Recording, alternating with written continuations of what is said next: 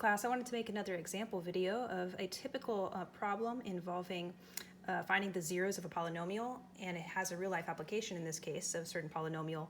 It says the total cost of a product in US dollars is given by C of x equals 3x cubed minus 9x squared plus 30x plus 100, where x is the demand. Find the demand when the total cost is $604. Okay, so you'll see this type of situation quite a bit where you have two items which are in relationship. In this case, demand X is influencing the cost that it takes to produce a product, right? In other words, the higher the demand, you can think of iPhones, you can think of any type of device, the higher the demand for the product, that means that you're going to have to produce more of the product, which costs more money, right? Parts and labor, etc. So this, excuse me again, this equation, So this equation here is tied to the demand. Okay, in other words, demand is your independent variable, cost is dependent upon it. Now it's asking us to find the demand, to find X, when the total cost is $604. So if we know that a business, for example, is spending $604, we can figure out what the demand is that's requiring them to produce that many items. Okay, so in order to do that, we can simply replace in our equation cost with $604. So we take our given piece of information and replace cost accordingly. So if you do that, $604 must equal our cost of 3x cubed minus 9x squared plus 30x plus 100. Now if that's the case, we have a polynomial equation to solve. Now this was a linear equation. You would solve by simply isolating for x. If this was a quadratic equation, you could solve by potentially factoring the quadratic formula, square root method, completing the square, etc. But since this is a degree 3 or higher polynomial, what we're going to have to do is get 0 on one side and attempt to find the zeros of this polynomial. Now, because we live in a day and age where you have technology, you could simply type this into a graphing utility or to Desmos.com, and it would show you exactly when, if and when this occurs, okay? What we would do if we didn't have technology accessible to us is we would begin by getting 0 on one side, so subtracting 604 on both sides. So now I have 0 equaling 3x cubed minus 9x squared plus 30x, and 100 minus 604 is negative 504. Okay. And now to find the zeros of this polynomial, I could jump right into the processes that you've studied in the class so far, such as the rational zeros test. But if you notice that every single term is divisible by the same number, in this case, notice 3 goes into the first 3 terms. And if you're not sure, the last one is also divisible by 3, because if you add 5, 0, and 4, you get 9, and that sum is divisible by 3. So that whole number is divisible by 3. It's a fun divisibility rule. So if you notice that, a little trick is to factor out your GCF of 3. That would leave me with x cubed. 3 times what gives me this term?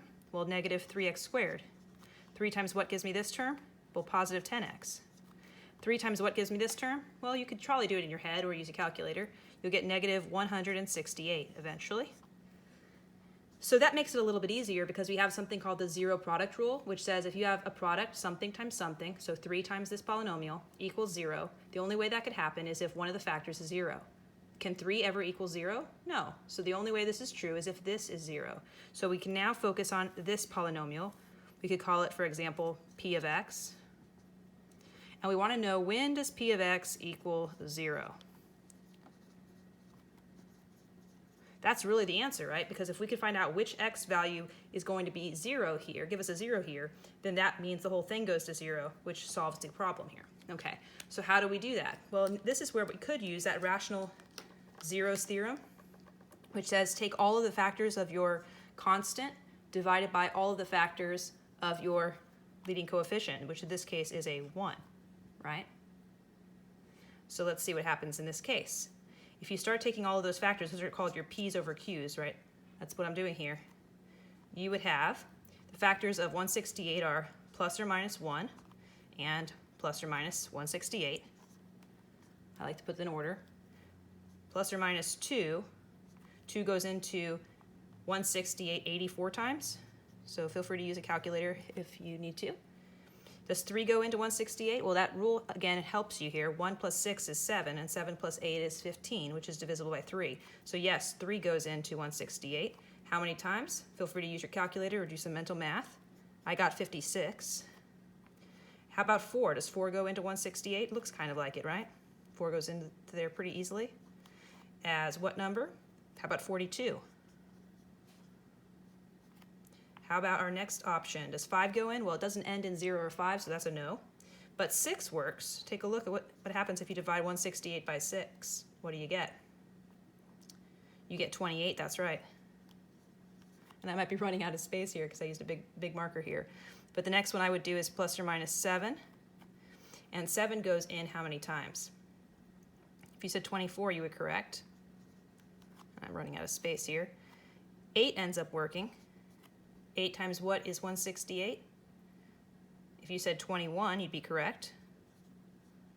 And the last two, I believe, are 12 and 14 because 9 doesn't go in, nor does 10 or 11, or 13. So plus or minus 12 times plus or minus 14, if you multiply those together, you do in fact get 168. So I apologize, I ran out of space. But those would have been all of the factors of 168. Now we're lucky here because this time the leading coefficient, since I factored out that 3, of this new polynomial, p of x, is a 1. So if you divide this entire set of numbers individually by plus or minus 1, you're just going to end up with those numbers on top, right, those p's. So now what is the next thing you did, if you remember from your homework here in this chapter? Well, you would have then tested each of these numbers to see if any of them go in, using synthetic division, for example, without a remainder. Otherwise, you could also use the factor theorem and plug them in as x and just do trial and error for each one to see if you get 0 as your result, okay? So either way you want to do this, you can find out quickly. Now, when would I prefer that you use synthetic division over just plugging them in, the factor theorem? I would prefer it if you need to come up with a new polynomial like the other factor and you need to keep working to find other zeros. So that is a good habit, okay, to get into. So for example, if I were to start off with 1, I'll just do a few of these and then I'll show you how you could save time using, of course, Desmos or a graphing calculator. If you were to plug in 1 here, for example, so let's say you take positive 1 as your attempt, because everything over 1, that just gives you this numerator, right? Okay, so if you use 1 into this polynomial here, this new reduced version, after we factored out the GCF, the coefficients of x cubed, that's a 1, the coefficients of x squared is negative 3, the coefficient of x is 10, and then the constant is negative 168. So you would then use your synthetic division here, and the goal is, do I get a remainder of 0? So let's take a look. Remember, you bring down your 1. If you can see that, that's a rough color to see. Let me fix that. If you bring down your 1, it's a little bit better. Then you multiply by the number in the box. So if I'm testing positive 1 as a 0, 1 times 1 is 1. You put that number in the next available location, and you add down. Negative 3 plus 1 is negative 2. You repeat the algorithm by multiplying negative 2 by what's in the box. That's also negative 2, and you add down. 10 and a negative 2 added together is positive 8. Repeat the algorithm, 8 times what's in the box. 8 times 1 is 8. And surely you can see here that if you add negative 168 and 8, you end up with negative 160, which does not equal 0. So that's a pretty good clue that positive 1 is not the number we're looking for. You could then try negative 1, then you could try 2, negative 2, 3, negative 3, 4, negative 4, 6, negative 6, 7, negative 7. You can keep trying and trying. But if you have access to a graphing calculator or Desmos.com and they can tell you approximately or exactly where the 0 appears to be, that's a good idea where to start. And what turns out is if you had used that, it can save you time. And you could find out that 6 should be working here. So let's give 6 a try here. So if I check positive 6, I would have 1, negative 3, 10, negative 168. And I'd use the same algorithm again. Bring down the first number directly, then multiply by what's in the box, which is 6 in this case.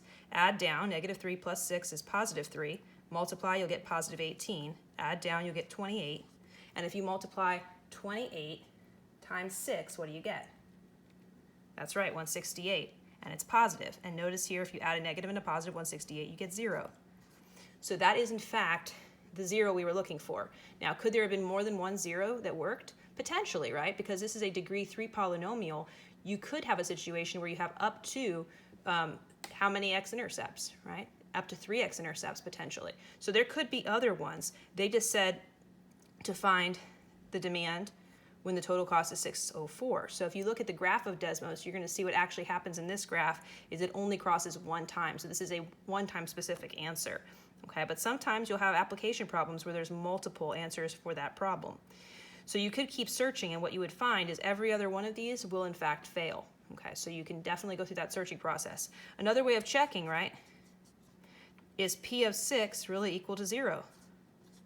If I plug in 6 here, do I really get a 0? Well, check it out. 6 cubed minus 3 times 6 squared, I'm plugging in here, plus 10 times 6 minus 168.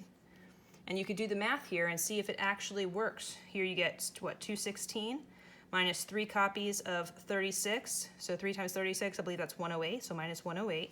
10 times 6 is 60, and this is negative 168. So I believe you end up getting 276 if you combine these two, negative 276 if you combine those two, which do wipe each other out. So this, in fact, does become 0 if you let x be 6. So the answer that we're looking for is we would need a demand of 6.